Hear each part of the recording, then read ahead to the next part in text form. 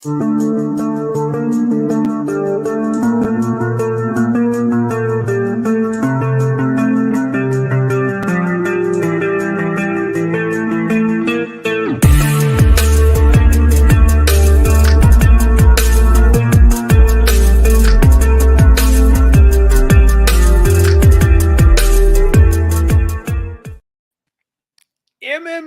fans, degenerate gamblers, aficionados, jiu-jitsu white belts. How's everybody doing this evening? Welcome back to the Deadlock Podcast. Myself, my guy Manpreet, coming here to you on an off week. No gambling, Lock. No. What are we doing? What are we even doing on this week where there's nothing for us to bet on? Apparently burning money on baseball. That is an exact quote of me. Yes. Yeah, no, it is weird that there is no UFC event this week. I actually went back in the schedule. I'm like, how many weeks straight did we just have? And it was 12, Clint. We had 12 straight weekends of events. That's why this week feels so bare and naked, because we just don't have anything. We had Contender Series yesterday, so that felt, or at least that filled the void a little bit, but now we got a full 7 days without any more, at least UFC related MMA, right? Because there is one FC that's going down on Friday or Saturday, but I will not be watching. Exactly. I do have Amazon Prime, so I might check out, the Mariah and DJ fight at least, but nothing else really tickles my fancy enough to actually be like, you know what, I'm going to set aside legit time to watch ONE FC this week. It's not happening. It's not happening, Clint.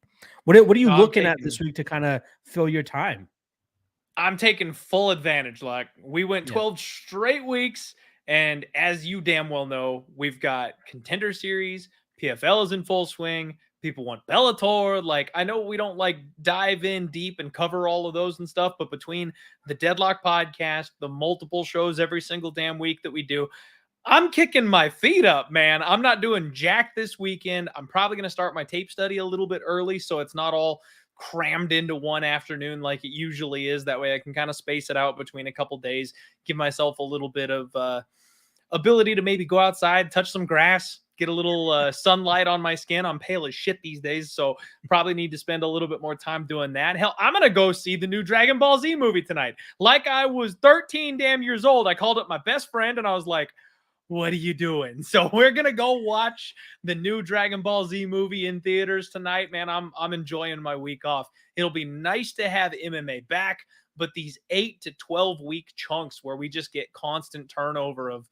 combat, and then all the content, it wears on you, man. I'm enjoying my week off. Dude, the first event during that 12-week stretch, can you it was Yuri versus Glover. That was the first event of this back-to-back craziness that we just went through as well. But just a side quick question here. As a former, diehard Dragon Ball Z fan from back in the day, do I need to watch anything else to be set up for this movie that just came out? Or can I just go in cold turkey and just pick up from, being a kid? That's a great question. Honestly, I don't even know, because I'm not sure. I did my best to avoid spoilers. Haven't seen anything besides the trailers and stuff like that. So I'm not sure how intertwined it is with the rest of anything. But as a massive Dragon Ball Z fan and junkie, watch the new Broly movie. It's the one that came out 2 years ago or so. Yeah. And that one's amazing. That one sets the new bar. It's fantastic. And then if you ever get that Dragon Ball Z itch, Lock, and anybody listening to the show, check out Dragon Ball Z Abridged. Don't watch DBZA, baby. Jump on YouTube, Google Team 4-Star. It's a bunch of nerds that way back in the day, when YouTube was barely first getting their legs under it, they started doing dubbed abridged versions of cartoons. So they went all the way back at the beginning of Dragon Ball Z and started revoicing over the characters. And I got to tell you, it's better. So everything you know and love about Dragon Ball Z, these guys did it better and funnier. And I only watch abridged whenever I go back for Dragon Ball Z stuff, because it's better than anything. Is it like when they did they cut out all the fluff?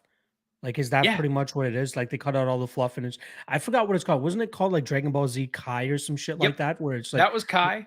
But no, abridged it's comedy. So Yeah. So like But all the same jokes storyline, pretty about much. same storyline, but like all the jokes Interesting. about everyone's like, well, Goku's a really bad dad, right? Because he just like Yeah. runs off the train all the damn Yeah. time and leaves Gohan in the wilderness and like, you Yeah. know what I mean? Like all the shit, the Cell situation where he just lets like his son, his 12-year-old son, get beaten to shit by the most powerful villain the world has ever seen. All the jokes about Goku being a shitty dad. Well, they like redub everything so that he's legitimately like a shitty dad and an idiot throughout the Oh, I entire love series this. of the show. I'm in. It's Where can you find this? fans of the show that went back and like reworked the show. So it's so old at this point that season 1 and 2 are probably going to be a little rough around the edges. I won't lie to you, Yeah. but the newer stuff is like spot on and fantastic. The jokes are good. Where can It's you good watch stuff. this?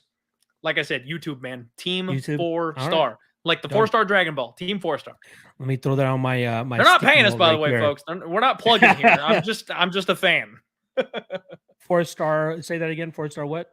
Team 4-star. That's it. Team 4-star. All right. I am putting that in my notes because I Check would them love out. to go through that again. Apparently, according to my guy, I'm just true. I can go in blind to the new Dragon Ball Z movie and I'd still be good. So maybe Good to I'll know. do that because I'm seeing a lot of people around, even up where I'm at, posting a lot about it. I just haven't gotten around to it. I'm just like, hey, there's so much more I need to catch up on. I don't want to go into these movies without, being fully caught up and all that stuff. But I do want to relive my Dragon Ball Z days. But Clint, they're not here to listen to us talking about Dragon Ball Z. I know we're Let's just get back into no the MMA MMA today, side of folks. things. We used to be an MMA podcast. Exactly. Yeah, exactly. And we've just slowly shifted to an anime podcast now. We might as well start off with the biggest news that's still kind of being talked about over the last couple of days, and that's UFC 278, right? There was a lot of big shit going down at UFC 278, the biggest of which the head kick heard around the world, the head kick that shook the planet, and the head kick that will likely keep me off of parlays, at least official parlays, for a long time. Because if Kamaru Usman can lose, anybody can lose. Clint, what were your initial thoughts of Leon Edwards deading the pound for pound greatest fighter right now, Kamaru Usman? Just shock and pain.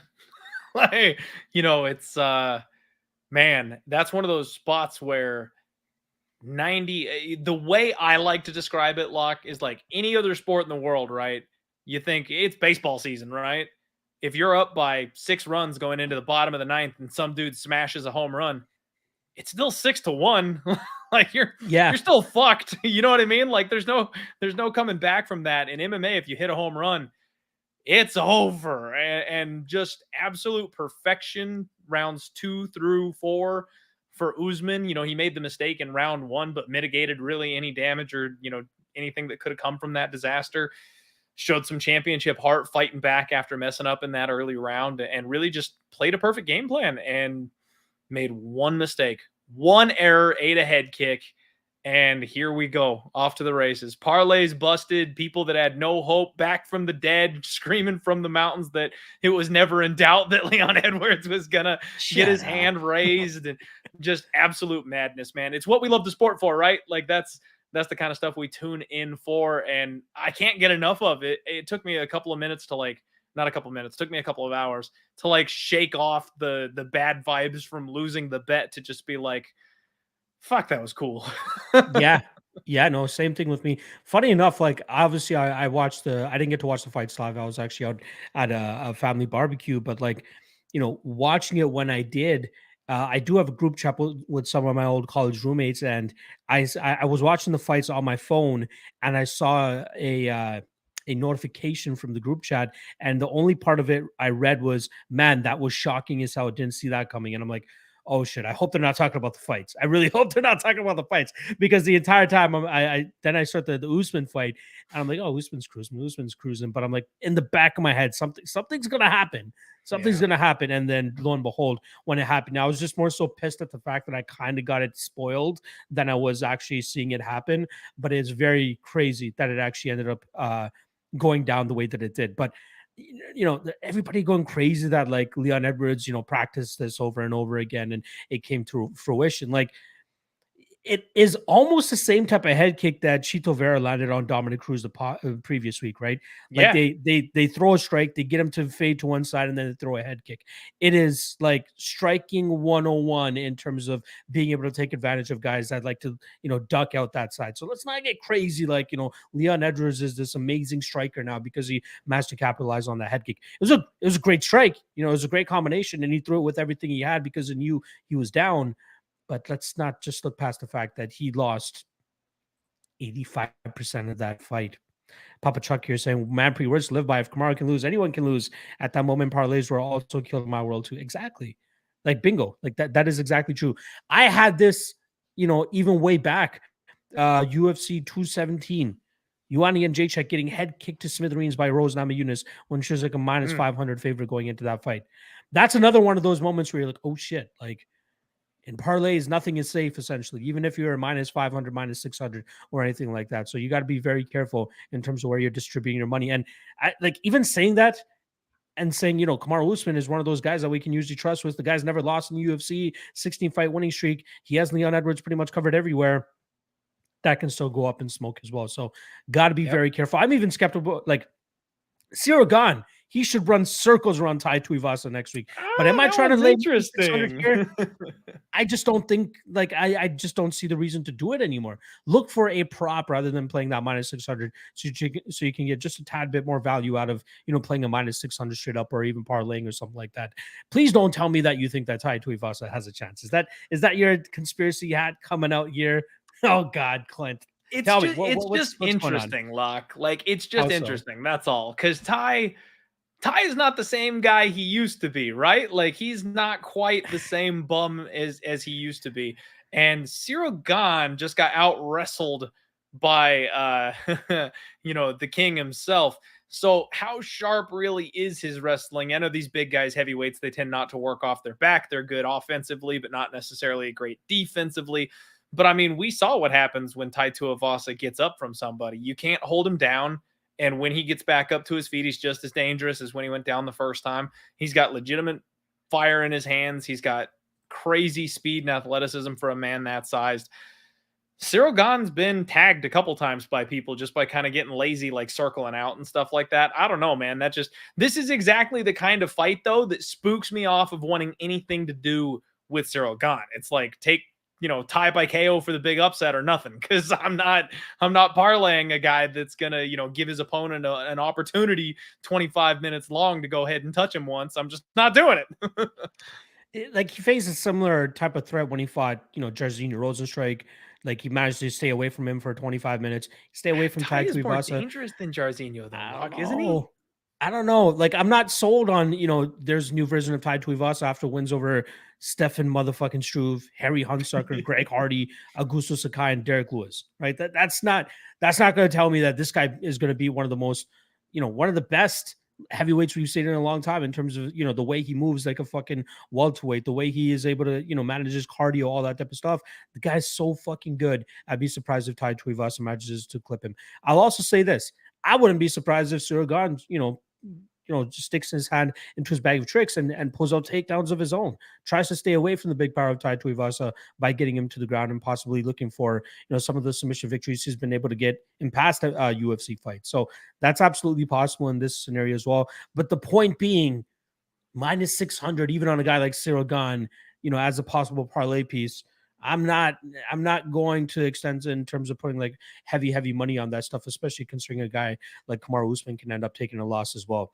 In terms of how we move it forward, right? How we move forward in terms of this welterweight division, you got to give Kamaru Usman a media rematch, but how soon is that going to come? And apparently Leon Edwards wants to return by March or April. So he's going to be sitting on the sidelines for a little bit now. Do you think that's going to be enough time for Kamaru to regroup and get back into the cage? Or does Edwards have to look at a different challenger as his first title defense?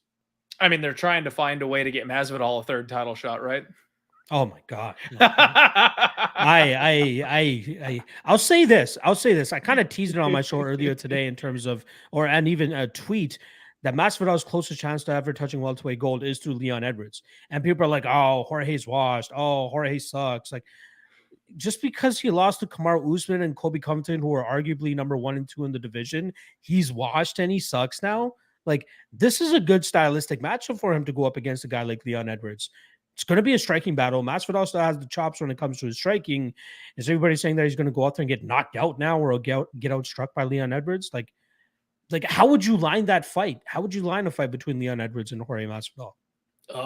See, here's my thing. I've never really been a believer in Jorge Masvidal to begin with. He was a mid-tier lightweight who moved up a weight class in his old age. Like, don't get me wrong, he's got a puncher's chance, but I never really, he's a Diaz brother to me. You know what I mean? Like, he's going to beat some guys, but I don't really rank him highly at all. I think most of the contenders beat him.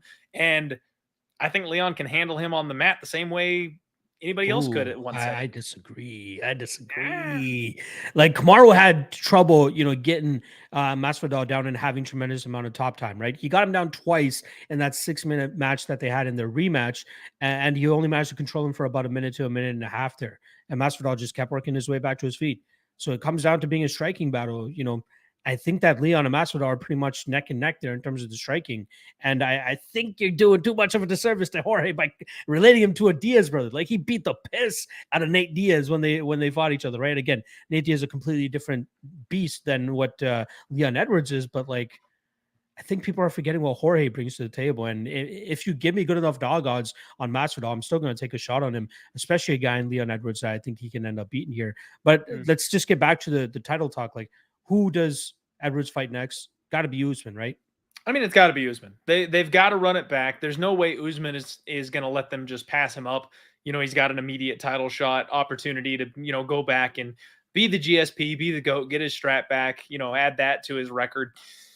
They got to do that. The only other option would be is if Usman needs some additional time off because he did just get a head kick to hell. Fill somebody else in that slot, which Masvidal would, fill in that spot pretty perfectly. Everybody else in the division is pretty much tied up with an opportunity. So if they were going to get a quick cash grab type of, quick pay-per-view, everybody will pay up to see a star. Masvidal's the guy. So those are kind of the only two options, in my opinion, as far as a title shot, because even though we all expect Khamzat to just run through Nate Diaz at this point, we still got to see it. They're advertising it. It's booked. Unless somebody gets hurt and pulls out, there's no reason to mess with that booking. So yeah, man, run it back. Let's see what happens. And I got to tell you this much, though. I'm not going to lay it with Usman the next time coming around. I talked about this a bit on my own show. I wonder what this type of a reversal of fortunes does for these guys' mentalities. Leon was always the guy with the chip on his shoulder, wanted to be champion, thought he could be champion, but you never really know. Now he just knocked out the champ with a head kick after 24 plus minutes of adversity. It doesn't get better than that. You know what I mean? He's going to be flying high on his confidence, and he'll always know he's capable of that. Usman, on the flip side, goes from being this steel wall man of invincibility to now he's gotten not only lost for the first time in the UFC, he's gotten knocked out for the first time in his career, finished for the first time. He is going to be more concerned with his durability than he ever has before at 35 years old. How do you come back from that? It sets up for a very intriguing rematch, in my opinion. And even though Usman fought a perfect fight, and I thought he was cruising on his way to a victory, you got to wonder if he can find the motivation to train hard enough to come back and do that again a second time. How many times have we seen a champion drop their belt and just never be able to return to form? I know Nunez just did it. Can Usman do it? It's a big question. I'm glad that you brought it up, because that was going to be my next statement as well. Like, we just saw this where somebody who's considered one of the best fighters of all time, they get beat by somebody else, and now people are just completely discounting them and saying, hey, they're never going to be able to get their title back. But I think that level, like the Amanda Nunes level, the Kamaru Usman level, those people are able to go back and get their titles back, compared to like all the other examples that we had in that statistic that was brought out saying, the vast majority of fighters that try to go and get their title back, they're not of that level, in my opinion, right? Stipe, DC, like, both guys are pretty much same level, but like Kamaru Usman, again, I've always said it, I think he's in contention as one of the greatest welterweights of all time, but I think he could get it back. You wanted to add something, Clint? I think there's a big difference between those two situations, though. Even as somebody who had money on Juliana Pena, thinking she could repeat the performance that she did the first time, it became very clear that Amanda Nunes did not take the first fight seriously, and she slipped up. She made a mistake. She corrected that mistake and came back stronger the second time. Usman could not have taken this fight more seriously. Usman could not have trained harder for this fight. It was at elevation. His cardio checked out. He was on point. He did everything right. He made one mistake. That's the difference. He didn't get beat. He didn't come in, 90% of himself or anything like that. He just got head kicked. So for him to go back to the drawing board and go, I did everything right last time. How do you try harder than that? How do you do better than that? How do you fix what wasn't broken? You know what I mean? Those are the kinds of questions that I have. So Amanda had a clear blueprint as to what she needed to do to get back to her form. Usman doesn't really have that. He was in form and he still got beat. So I think that makes it a bit of a difference here coming into this rematch. And like I mentioned before, the mentality, I think that's a big aspect of it, that do you just go back and do the same thing and hope to have a different result this time? Maybe, maybe that's the move. I'm not entirely sure that's the case. Like if he tries to change something, does he make it worse for himself? His cardio is not going to get any better. This time they won't be at elevation. So Leon theoretically will have a better shot at hanging with him in the cardio, because they're not going to be at elevation where Usman is comfortable and he is not. Like, there's just a lot of factors, man. I'm going to be very, very curious. And I was a little surprised when they brought the line out and it was like minus 350 again, like nothing had ever happened. It's like, it's just tempting. It's interesting. I wonder if that line is still roughly around there. Let's see here. Yeah, so actually a little bit of action coming in on Edwards, but it's still only pushed down Usman to about minus 340. So still a big favorite. Yeah, I think that this is one of those spots that you can just go back, rinse and repeat, and just hope that he doesn't slip. I don't want to call it a slip on a banana peel, but like I hope he doesn't have that one slip up where he does get caught, just like he did in this first fight. Let's move on though. Let's get to the Rockhold and Paulo Costa fight, right? Crazy that Rockhold pretty much gassed 3 or 4 minutes into that fight. Managed to get his moment to shine, screaming "fuck you" a couple times, and finally landed that big overhand, which is fucking phenomenal. But even when he was able to reverse position on the ground and rub his all of his blood all over the face of Paulo Costa, that was just such a primal moment, such a hilarious moment. I think that was Rockhold just putting a stamp on his career, essentially, in his blood all over Paulo Costa's face. What were your thoughts about that fight and the outcome as well? I loved it. That fight was pure chaos. It was a throwback, classic Costa. Welcome back, baby. It was fun to have Paulo Costa swinging and banging the way he usually does. And it was actually kind of fun not to have it be over immediately, because I really thought the first big car crash exchange that they had, Luke Rockhold would go down. And I really thought, especially after him gassing out and being tired, that eventually it was going to just become Paulo hunting him. And it never really did. He was able to always get the respect back. He was always able to make Paulo back off for a second. He got some time on the ground. Like that was never a safe fight. I mean, I know the record shows that Paulo won 30-27. I know Luke was the one that was bloodied up, but Costa got dropped 3 times in that fight. Like, it was not a runaway victory like the record would suggest. So it was a fun fight, man. It was very entertaining. I thoroughly enjoyed it. Luke Rockhold basically went out on his shield, except a little better because he didn't die in the cage that night for his retirement fight. So that's good for a legend, a really respected fighter in the sport. But I got a question for you. I wonder, how much power does Paulo Costa really have, Locke? Because he's a 205er parading at 185. He always has been. I have no clue how he makes the 185-pound limit. And he's got 11 wins by knockout. But in the UFC, he was not able to knock out Yoel Romero, which I know almost nobody is. He was not able to knock out Marvin Vettori, which I know almost nobody is. But he couldn't knock out Luke Rockhold, which everybody who was a contender at 185 was more than capable of knocking out. And the guys before that were Olawale Bangbose, a guy that didn't really belong in the UFC. Johnny Hendricks at the end of his career, drained, no PEDs, not the Hendricks that won the belt, a weight class too small. And then Uriah Hall, a man who we know to be extremely chinny and can be had. How much power does Costa really have? Because his last couple fights and the shots he landed on Luke Rockhold, I've always kind of thought of him as this murderous power puncher. But towards the upper echelon, the upper end of this division, I'm going, does he maybe not hit as hard as we thought he did? It is hilarious because during that fight week, I had somebody constantly in my live chat saying, Paulo Costa really doesn't hit that hard. I think where you guys are kind of just over exaggerating it. I'm like, what are you talking about? Like, this guy is a beast of a man. He has 11 of 13 wins coming by knockout, all this good stuff. Like, he is a big, big, heavy hitter. And Luke Rockhold, a strong gust of wind could seem to put him out at this point in time. But he held it in there. He I don't know what it was, whether it was him knowing it was possibly his last fight, or I really don't know. I really could not tell you. I think we need to see a little bit more of Paulo Costa up against some of these, some of these top guys before we can say whether he has knockout power or not. This was something in the red column in terms of whether he had knockout power or not, especially the fact that he really couldn't hurt Luke enough to get him out of there. Do you think maybe it was like the elevation and cardio issues getting to him as well? Even when he was landing later in this fight, he wasn't able to land with the biggest power that he had just because he was kind of gassed himself.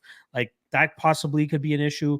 I don't know. Like, that's a damn good question, because I know everybody and their mother seem to be on the Paulo Costa inside the distance, Paulo Costa KO, under 2.5. That's where everybody was on. But like, there wasn't really any time that either guy was close to really stopping this fight, right? Like, they hurt each other, but it wasn't like, okay, they're 3 or 4 punches away from getting a finish in this spot. Like, exactly. Never really got to that point. I just want to quickly touch on, go ahead. Sorry, add to it. I was just going to say, I myself said it. I was like, hey, the shots that he hit Yoel with, Yoel's made out of steel. Rockhold will not be able to take those kinds of shots. No, it was like identical exchanges. He had the exact same power shots, the exact same left hand that he was landing on Yoel Romero multiple times, landed it on Luke Rockhold, and Luke was bloodied up, but he was not ever out of it. His knees never buckled. He didn't cave. Like, I really wonder more about Paulo Costa's power than I do about Luke Rockhold's durability at this point. And it's going to be interesting moving forward how we view him as a fighter, because if he's that much bigger than everybody at 185, but he's not able to put anybody down, that means he's got to rely on winning minutes. And we've already seen against guys like Israel Adesanya and Marvin Vettori, that's not going to go well for him. I'm curious just how high his ceiling is at this point, because it may not be as high as we thought it was. I think he's also benefiting from a relatively thin middleweight division, right? Like, let's be honest, there aren't really many top guys outside of that top 5 to top 8 that are going to be true title contenders. That's why we're getting the Robert Whittaker rematch that we did earlier this year. That's why we need an Alex Pereira to be injected into this middleweight division so that Izzy has somebody to stay busy with. Shout out to our guy, I'm just Drew in the chat here, saying Costa has power. Luke is just disrespectfully underrated for durability. That time off helped. I did want to touch on Luke real quick, though, in terms of knowing when he was probably out of this fight. I'd say probably the 3rd or 4th minute of this fight where he's huffing and puffing real bad. In the back of my head, I'm like, this guy probably does not want to be here right now. Like, he probably has realized, I fucked up. Like, MMA is no longer for me. The sport has passed me by. Let me try to keep my face as pretty as possible and just get back to the modeling type of thing, because he's making good enough money over there from what I've heard, right? Like, he's cozy and comfortable not fighting. And I think that this was a big wake-up call for him to be like, hey, I just don't have it in me to push anymore. I've trained. I've tried to heal my body as much as possible. I cannot capture that physical state and that mental ability to just trade against other guys and fight against the biggest guys in the world, like I did when I captured the title against Chris Weidman back at UFC 194, right? Like, it's a far remove. We're getting close to like 100 pay-per-view UFC events since we've seen him at his prime. And it's unfortunate, because I really thought that he was one of the better guys in the middleweight division. I've heard nothing but slander on Rockhold's name leading up to this past week. And I get it. Like, the guy seemed chinny and he was definitely on a decline, but like at his peak, where would you put him? Because everybody just kept disrespecting him. But like, I thought he was one of the best guys out there. If his body could hold up, if his durability could hold up, he was definitely one of the more skilled guys we've ever had in the middleweight division. That's so hard for me, Locke, because I was one of the disrespecters. I'm one of the people. Honestly, I've never had a great opinion of Luke Rockhold. Part of that is because he's kind of a dick, and I don't really like him. The other part of that, it was you. We talked about this on on that other show last week. It was absolutely me. But I mean, honestly, man, I never really got the vibes of Luke Rockhold. I never really bought in on Luke Rockhold. Now, most of his career was before I was an analyst, or you know what I mean? Like before I took Yeah. it seriously. So it's kind of tough to go back. I would need to actually like run the tape and like go back and see what he did. You know, him choking out a prime Lyoto Machida, massively impressive. Him knocking out a maybe near prime Chris Weidman, massively impressive. But I mean, what I saw, and again, this is going off his last, you know, 4 or 5 fights, which was the end of his career, was left body kick, mediocre wrestling. Like that was it. That's his whole game. And I'm like, man, I got to go back and I got to see what he used to do when he was in his prime, because seriously, if that's all he had was just a powerful left kick, like no shit, he dropped the title after, you know, trying to defend it the first time. Like no wonder, because he was hittable and he kept people at range with one move. And if that didn't work, he didn't have a backup plan. Like, you know what I mean? So I don't know. I got to wonder, how good really was he? I honestly can't answer that question. He might have been a product of his time, much like, you know, Anderson Silva is one of the greatest of all time, right? Like we're always going to look back favorably on Anderson Silva. Ronda Rousey, first women champion, dominant in her day. It was a thin pool, man. Like they just didn't have anybody to fight against. They were levels above everybody else, but there was nobody there to really push them. Now, I know I read off some names like Chris Weidman, like Lyoto Machida, like other guys that were respected. So Luke, not quite as much as those other twos, but the example I'm trying to make is how really good was he? Was it the era? Was it the fact that there was only a small handful of people that he was able to beat to get on top? And did he maybe just have 1 or 2 good matchups? You know, did he match up stylistically really well with 1 or 2 guys and that got him to the belt? We've seen that happen before. Hell, Paulo Costa is that guy. Like, I'm not sure. I really don't know. I really think that you know, him in his prime, him in his peak is probably top 5 middleweight of all time. Like I really think he was that good at that point. Like he was just smashing guys at his peak. But again, maybe his peak came a little bit too early that a lot of people weren't able to see it, and then his body just wasn't holding up because he had a lot of injuries that he had to deal with. Now we can go on and talk about Merab and Aldo, but our guy Papa Chuck here dropping a banger courtesy of Marcel. Apparently, Kevin Holland is being set up to fight Daniel Rodriguez for UFC 279. That lineup continues to get bulked up, especially considering I'm assuming more ticket sales and not a great lineup outside of the main event. But they just added Tony Ferguson versus Lee, and now they're adding this one as well. Go ahead. Main event, Khamzat Chimaev taking on Nate Diaz. Co-main event, Tony Ferguson, Jing the Leech Liang. And then we've got Kevin Holland versus Daniel Rodriguez added to the card, along with Irene Aldana taking on Macy Chiasson, Hakeem Duwato versus Julian Juicy J. Arosa. And then apparently they're working on Walker versus Kutalaba being on the main card for that fight as well. Talk about a fun pay-per-view card. It's like it doesn't have the name value that I think people are seeking for a pay-per-view, but it does have entertaining fights. Like every single fight that you listed there, even Irene Aldana against Macy Chiasson is a fun fight. Like that's a great fight. I'm in. But Clint, we're diehard fans, right? We're the ones that will like watch fucking Cynthia Calvillo against Jessica Ayaz and Fight Night main event, right? Like we're those guys. But like Nate and Khamzat is enough, Lock. Nate and Khamzat is enough to get everybody else in the door, and then the diehards know the rest of this lineup is bangers. So like everybody else is going to be like, oh, shitty pay-per-view. I don't want to pay for this, but it's Nate Diaz Army, bro. 209, bro. I'm gonna show up. I'm gonna show up and watch my boy. And then they're gonna see the other fights and be like, damn, that was a fun card. Look, that's exactly how that's gonna go, because these fights are fan freaking tastic, and I can't wait. Walker versus Kutalaba, I think, is one that is really flying a bit under the radar. And Holland versus Rodriguez is going to be a mess. That's going to be such a fun fight. Crazy that Rodriguez has been out of the cage for so long, and he comes back, you know, to a pretty much short notice fight here, and it's a winnable fight too. Let's not get it twisted. You know, Kevin Holland usually gets that love from the betting public at all times, but I expect, you know, Daniel Rodriguez to be a dog here, but I think he's going to be a live dog as well. But just getting back to the whole main event thing, saying Khamzat and Nate Diaz is enough, I'd agree with you. But are the poor ticket sales indicative of, you know, Nate Diaz's fire kind of being stoked out at this point in time? Like he does no longer have that fire that he had coming off the McGregor fights, right? He lost the Leon Edwards fight. He lost the Jorge Masvidal fight. It seems like fans are starting to be like, oh, like he's a great character. But are we going to continuously just tune in to continue to watch him lose? And now they're feeding him to a lion like Khamzat Chimaev. Like from what I saw, the ticket sales are not doing the greatest. I'd be surprised if the pay-per-view sales do anything crazy as well.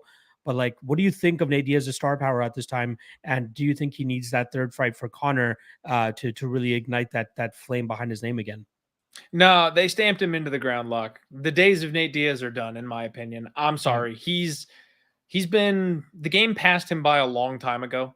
They did not handle the Diaz brothers well. They could have marketed the shit out of them in their younger days, and they could have been just massive stars for the UFC.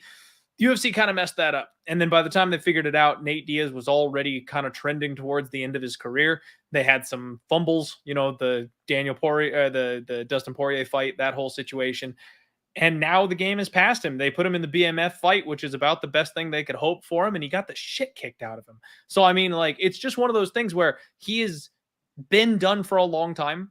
And even though he had that star power, they needed to pull something like the Masvidal fight. They needed to pull something like the McGregor fight, and he needed a win. Like, he needed a win. Like, even the Diaz bros are finally getting to the point where they're like, fuck, man, my guy can't beat anybody. So we're all just tuning in for a live execution of Nate Diaz here when he fights Khamzat Chimaev. Everybody knows it. So, like, even though everyone wants to watch him smash Nate Diaz, is it really worth the ticket price? I don't know, because we all know what's going to happen, right? Like, it's not even going to be competitive.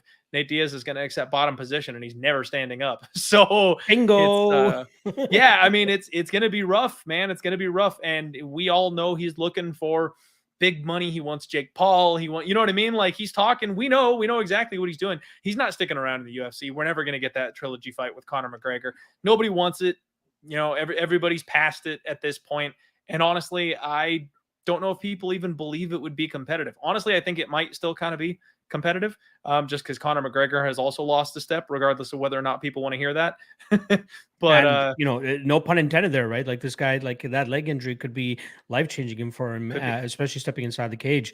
I do want to give a shout out to our guy. I'm just lighting up the chat here. But something that he said a little bit earlier was, Nate is live in this fight, but the one thing that we're always going to see is him accept bottom position. He's always going to get taken to the ground. He's not going to have a chance to let his boxing go. He may have the better cardio here, but I don't think he's going to be able to use it, considering he'll likely get ground and pounded, on his way to getting finished pretty quickly in this spot. Like, Khamzat will take him down almost immediately, and he will ragdoll there. If nobody believes me, just make sure you guys go back and watch Rory McDonald versus Nate Diaz from 10 years ago, because he got his ass whooped here up in Toronto at the Rogers Center when that fight was I think it was a prelim headliner back in the day. But Nate Diaz has always been that middling guy, right? Like, that Conor McGregor fight made him. Like, he would be in Bellator right now, if I'm being honest, if he didn't get that Conor McGregor fight. That fight really brought him back, and good for him. I'm happy for him. I'm a fan of him. I'm a Diaz fanboy essentially, but let's not try to get that hype too far above from where he actually is at from a skill standpoint.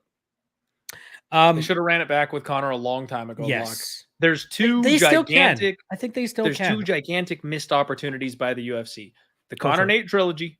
I know Conor was looking for bigger and better things, and no one would tell him he needed to step down and take a tune-up match.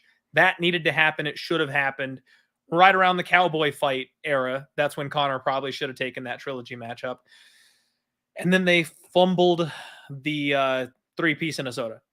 Leon Edwards and Jorge Masvidal. The fact that Masvidal ducked Leon for God knows how long and now is calling him out because he's got the belt, trying to dig up that buried storyline to make something of it at this point. You guys should have bid on it when it was hot. It would have sold tickets. It would have been massive. It would have been fun. Everybody would have bought in. It's too late now, man. It's over. Ship has sailed. Nobody cares. It's hilarious, Jorge trying to just rile that up again so that he can get a title shot here because of that three-piece in soda. But I would love to see Conor versus Masvidal, right? Like, that's a great fight to put together as well, to kind of see if Jorge still has that sizzle on his name, right? He's still hyping himself off after that July 2019 flying knee knockout of Ben Askren. That's the thing that he's holding on to still. But Conor versus Masvidal would be a great matchup as well. Anything you want to say about Aldo and Merab? Right, like that essentially seeming to be one of all those last runs. I don't know if it's his last fight, because I would love to see him one more time, at least, finish his career in Rio de Janeiro. Apparently the UFC is going back there in January. It would be great to have him on that card, but to go out like that, it just doesn't sit right with me. What were your thoughts on that matchup? Yeah, I mean, I was tempted by Aldo to begin with. And because I've been trying to fade Aldo for his last 3-4 fights, I refused to flip sides and then lose money betting on him when he finally got a guy that was going to get it done. So I stayed off of it just for that being a potential outcome. Thank God I did, because Merab did the damn thing. I was actually this close to betting Merab by fight day because I had kind of realized what I felt like the pace was just going to be, the pace and the pressure was going to be too much unless Aldo landed kind of like Marias did early, one big giant kill shot to flip the table. If that didn't happen, I just kind of didn't see it getting done. He's a legend, man. Aldo has just shown time and time again that he can do the damn thing. And Merab was an awful matchup for him. He talked about wanting to get the belt back in Rio and then retire on top. I think he's got a foot in the grave at this point, man. I think he's ready to be done. Because if he's talking about retiring on top with the belt, he sees the light at the end of the tunnel. I think we might get a retirement fight announcement coming from Aldo next. I think he's done. I think he's going to look for one more fun fight at home. I mean, he really is probably only like 1 or 2 fights removed from a title if he went a different route, fought somebody else, a better matchup, and could get one more crack at it. But the writing's on the wall, man. The top 5 guys in this weight class, they're just too good. He's finally lost a step enough that he's not going to be competitive in the contenders circle. We saw Jan beat the shit out of him. Merab was able to outwork him. These guys that are legitimately top 5 guys are just going to be too much for him at this point. He could be a gatekeeper. He can stick around and beat up guys in 2 different weight classes and figure out who's going to be legit and who's going to be real and who's not. But I don't think Aldo wants to be that guy. If he doesn't truly believe that he can get that belt back, I think he's just going to hang it up. So I'm pretty sure we'll see the end of Jose Aldo's career here pretty quick.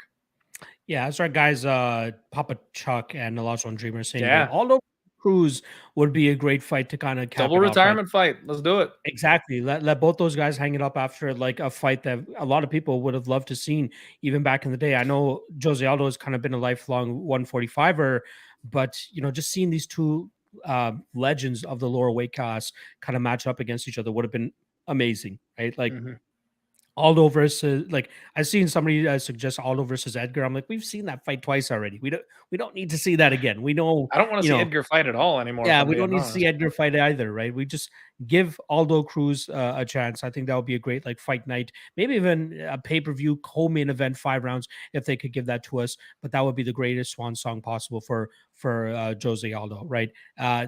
For me, the saddest part is that he'll never be able to rematch Conor McGregor in his. I wanted that so bad. Like, that would have been amazing. That would have been absolutely amazing, but we're not going to see that. It's just not going to happen. Conor has a finite amount of fights left as well, and he's not going to waste it on a fight like Jose Aldo, which is sad to say, right? I'd like to see Conor versus RDA, considering that whole storyline that transpired, and then obviously Nate Diaz stepping in as well. But in regards to Jose Aldo, Dominic Cruz seems to be the matchup. I would love to see Conor versus RDA because RDA would beat the piss out of Conor McGregor and we would get a great line on it, Locke. That's why I want to see Conor versus RDA. Hey, we absolutely would. Maybe I missed something, but we might have another fight announcement. Tell me if maybe I'm just late to the party here, but apparently Edson Barboza is taking on Ilia Topuria.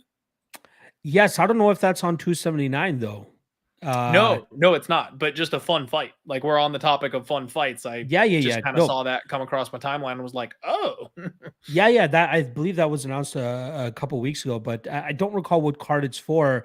But that's another solid test for Ilia Topuria, right? Like, we are kind of just writing it saying that this guy is the truth, this guy's the future. But like, we've seen him face adversity against Jay Herbert. We saw him face adversity a little bit against Yusuf Zalal, who unfortunately just got cut today coming off a draw. But yeah, I don't think it's as cut and dry as people are going to make it out to be. I think that Edson does have a shot in that fight. What are your preliminary thoughts on that one? Edson is essentially Jose Aldo for me. He's the other Brazilian balloon. He's way too big for the weight class. He can beat certain people. There are certain people that are going to cause problems for him. And I think Ilia might be that guy. We've seen just that chain wrestling be an issue for Edson Barboza in the past. We've seen the gas tank, be a bit of an issue for Edson Barboza in the past. These guys that are able to get him down or just control him up against the fence, make him work for 15 minutes. He's got to be at kicking range, man. And I think Ilia is the type of guy that knows how to defeat Edson Barboza. The playbook's kind of been written. As long as he sticks to the plan, I think he's going to be okay. And his durability, he's shown he can take a shot and keep on coming. So yeah, I think this is a pretty solid spot for Ilia Topuria, and I would expect him to go ahead and get the win. A test, but a test he can pass. Yeah, definitely a test for sure. That guy's marketable as hell too, right? Like the way he talks, the way he looks, obviously helps a lot. In terms of kind of like marketing him and putting him on posters and all that. But his fighting style is very fun, and that's ultimately what it comes down to. And his ability to go out there and get wins, especially in the fashion that he's been able to do it, definitely helps as well. So very much looking forward to that. Yeah, Jeff K saying, "Damn, how do they cut someone as young as Zalal off a draw?" Tough, right? Like I believe he was on a losing streak going into that fight, if I'm not mistaken. But you would believe a draw would help save your career. Not for Yusuf Zalal, though. See, I thought he was cut already.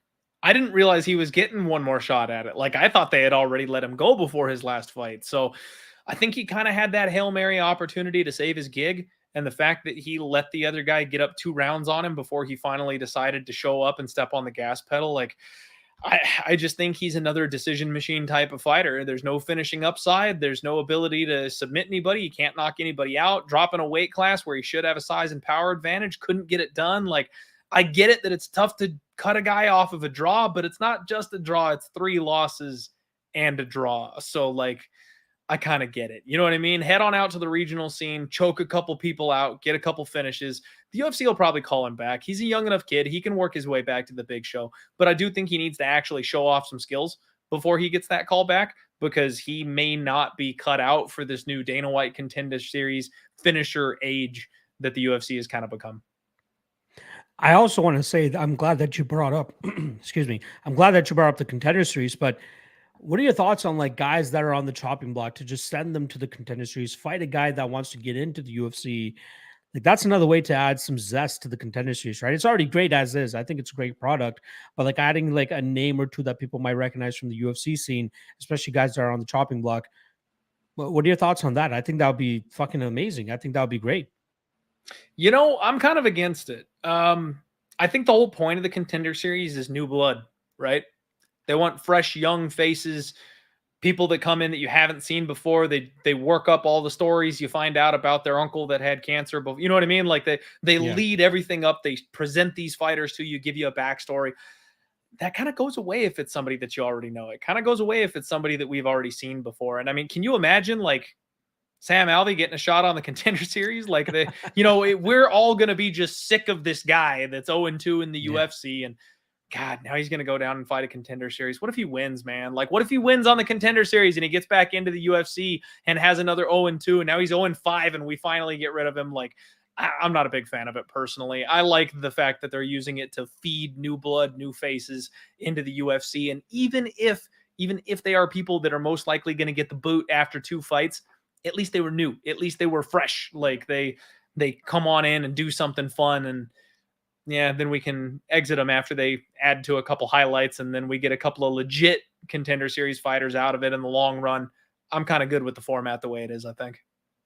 This leads me into the next question. Then we'll end this off before we get into the deadlock duo here.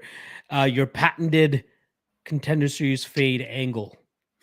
Have you seen anybody from this season where you're just salivating at the mouth for them to get into the UFC, be big chalk, and then you can go out there and fade them with a tested UFC guy? Everybody that signed last night.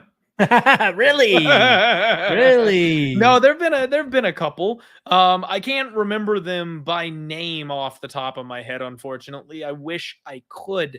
But yeah, I mean, guys like honestly, like look at Flowers last night. Yeah. That was a freak accident. He's got a cool story. I like the guy. I like his attitude. But I'm not sure how good he is. You know what I mean? Like, so when he gets to the UFC coming off a first round knockout over a prospect everybody had some high hopes for, give me a plus money number. Yeah. I'll take a swing at the other side. And then the heavyweight bro that managed to slop his Mick way Parkin. to a rear Shout out choke. Mick Parkin. Yeah. Coming through as a big dog. He did. But I mean, that's the kind of performance where I'm like, okay, am I the only one that felt like he looked exactly like Jared Vandera? Just me?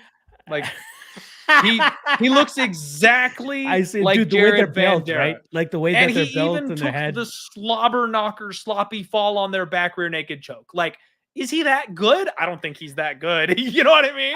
I'll say this, Clint. I'll say this. I think the kid has potential. I really does. I really do. Like he has a good training partners, right? He has Phil DeFries. He has Tom Aspinall. He has Paul Craig helping him out. He was in his corner that night. but like he seemed like a decent striker. He seemed like a guy that moves pretty well for a heavyweight, a guy that can mix in the grappling and takedowns and jiu-jitsu and all that. Obviously, last night wasn't the greatest example of it, but like he was fighting a guy that was looking to take his head off from the jump because that's all Neves knew what to do. That's why Neves was like a minus 250 favorite that night because he just knocked out 3 guys back to back to back in less than a minute.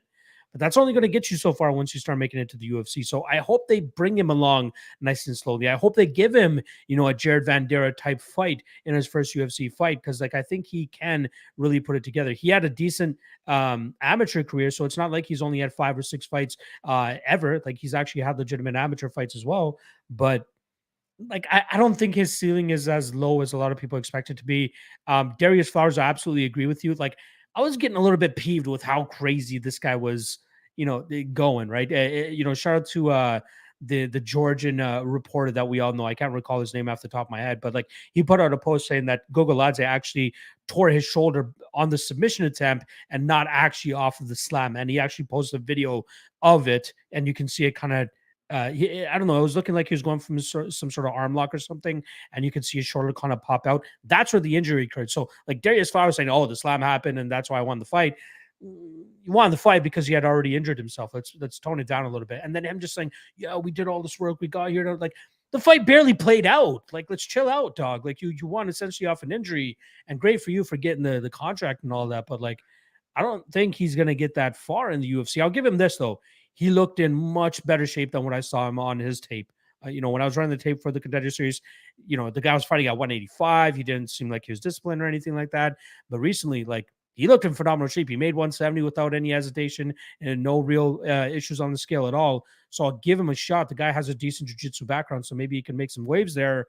But nothing peeves me more than guys going that crazy off of wins like that. Like, chill, dog. And to his credit, he probably didn't know that the injury occurred before that slam, so he can get on his high horse and just be happy about it. But still, like, such a weird fight. Can't believe, okay, yeah. Dana gave him a contract, but I can't wait to fade that guy in the UFC as well. So next week, though, Clint, I've already gone through 2 fights of tape, and holy moly, are we in for a treat for next week? There are some fun fighters that I can't wait to see compete next week. We have a 6'5", 170er competing next week.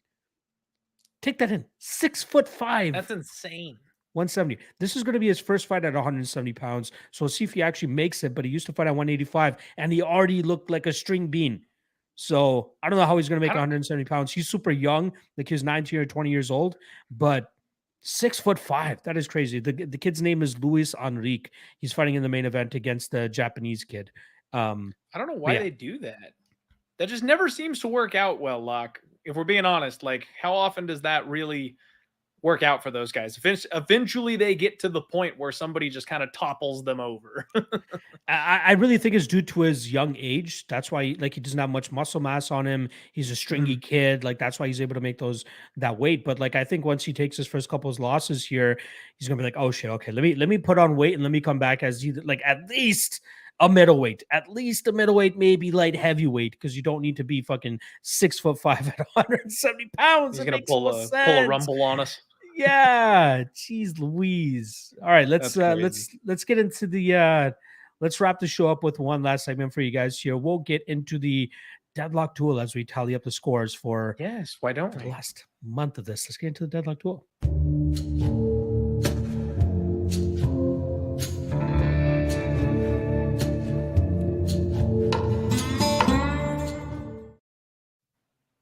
Oh, I thought you were going to shoot me. It's all good. I dodged you if you did. I don't have any bullets left, Locke. I'm out. I've been missing so many. I got to go to the store and buy some new bullets. Yeah, you actually made a dent in the lead. I will give you that, because last week, like if anybody tuned into the prediction strike video that we did, we actually ended up doing the deadlock duel, doing picks for this past week, and you came out on top, but unfortunately only by 1 point. Because I had Usman Aldo, so I went 0 for 2, and you had Usman Costa, so you get 1 point there. The lead right now has been brought down to 7. I am up 15-8.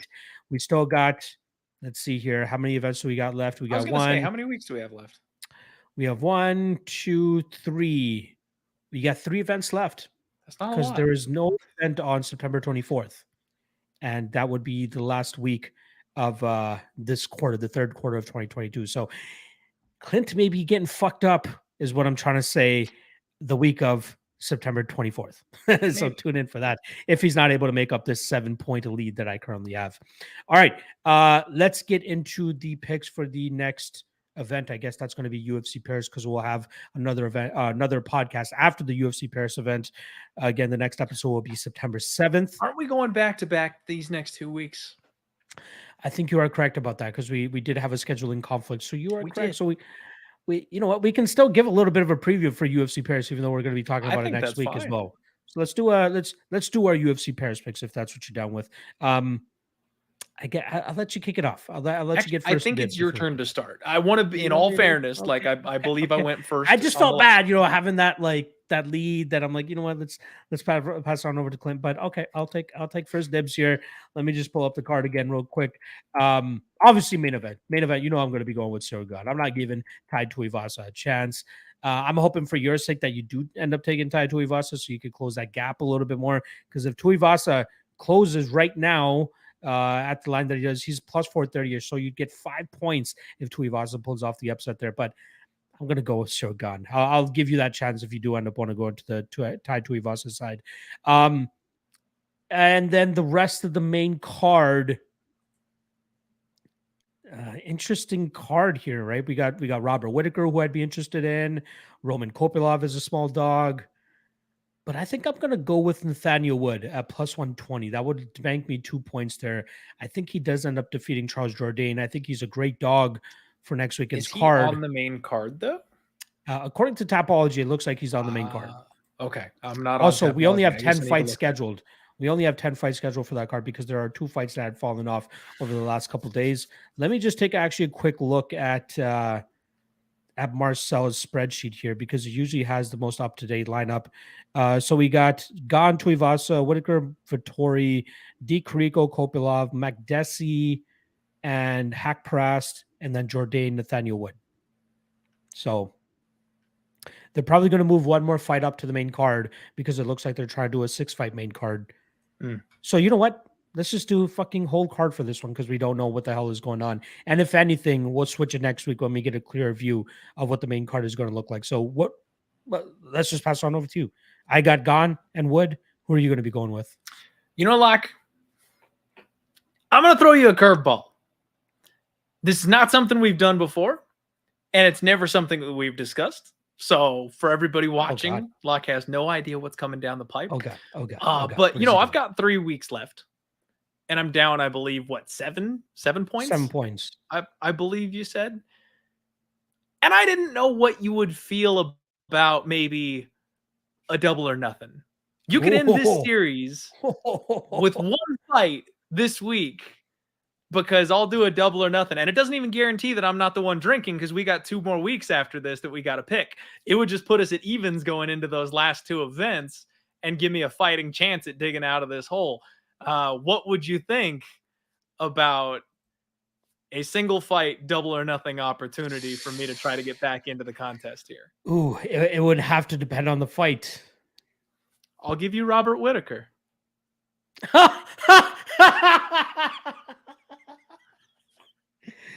So you're basically saying that if Marvin Vettori wins, we're neck and neck. You would be 15 points. If Marvin Vettori wins, we go into the last 2 events of this quarter, even Stevens. If Marvin Vettori loses, how would I take that? Your boy is guaranteed drinking for this quarter. Ooh. I don't know about that. I'd have to sit on that one a little bit. Give me until next week to think about that one. All right, we're doing a show next week. We're doing a show next week. Let me think about it, because I'm sitting on a solid lead here right now. Exactly. Papa Chuck's here like, Manpreet, shovel the dirt into that hole. Oh my God. I don't know. That's what I'm saying. I'm giving him the chance. He can just call it quits. We don't even have to play the deadlock duel the next 2 weeks if I lose this. Papa Chuck said put smoking on the table, Manpreet. Get Clint completely fucked up. I don't know, man. Because like I'm sitting pretty up here, right? Like I went down 2 quarters already, and now I'm going to leave it up to Robert Whitaker to decide whether I can win this third one or not. Just I depends on how love much of a Robbie in the gambler you spot. feel like being. He's a minus 230 favorite. I get it. You know what? I would be down to do this on the last event of the quarter. Let me keep this lead. Let me see if you're able to catch up. If it's still like I'm wiping you out more than 5 points, I will give you a double or nothing on the last event of the quarter. Okay, that's the only problem with the double or nothing on the last event is that then we're even and nobody's drinking. So that's why I was pulling it a week or so before. I'd say double or nothing on that last event, and whoever loses has to drink the next event or the next podcast that we do after that. Oh, okay.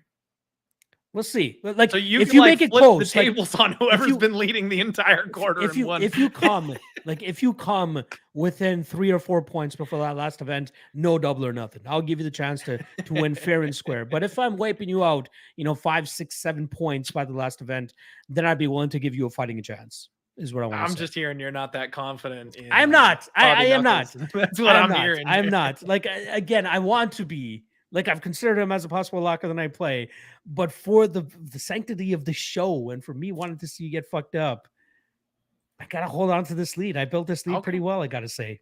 All right. I can't give me your main event and your main card. I can't blame you for being a little scared. It's all good. No. Where are you going with? I'm obviously trailing in the contest. Now's the time where we start getting desperate. So give me Tai Tuivasa and give me Marvin Vettori. I'm going to go double dogs here in the main and the co-main event. And I need at least one of these big boys to come on through for me. Hopefully both of them, and turn this contest right upside down on its head. If Tai Tuivasa pulls it off, that's 5 points. If Marvin Vettori pulls it off, that could potentially be 3 points if he closes at plus 200 or more. So 8 points on the table for Clint if he's able to pull off those 2 underdogs there. I could possibly get 2 points even if he gets those 2 correct by cash on Nathaniel Wood. So very can't believe I didn't take freaking Edwards last week for the stupid contest to try to make up the damn points. I know. I was like, whew, thank God he didn't, because I'm still sitting pretty up here at the top of the leaderboard. All right, Clint. Well, actually, let's just quickly say to the viewers, we appreciate everybody that's come out and staying busy in the live chat. You guys are keeping it popping in there. We truly appreciate it. We will be back to our bi-weekly schedule starting next week. So next week, we're going to get back to the bi-weekly stuff. So August 31st, we will have a show, and then it's going to be September 14th, September 28th, and so on and so forth after that. We apologize for our poor scheduling habits. Even myself, who scheduled myself to do somebody else's podcast last week, I truly apologize for that. But we will do our best, and we will be sticking with that schedule starting next week. So make sure you guys come through for that. All right, Clint, take us on out of here, my friend. That's about it. Thank you, everybody, for joining us on this off week. Do us a favor. And, most of the time, people that listen to this show, regardless of whether or not they enjoy it, they hit the like button on their way out. So make sure you smash the like button. It is tradition. And we will see you guys next week, back-to-back weeks this time around because of that scheduling conflict. So y'all are spoiled. All I got left to say is Deadlock Army dismissed. Let's go.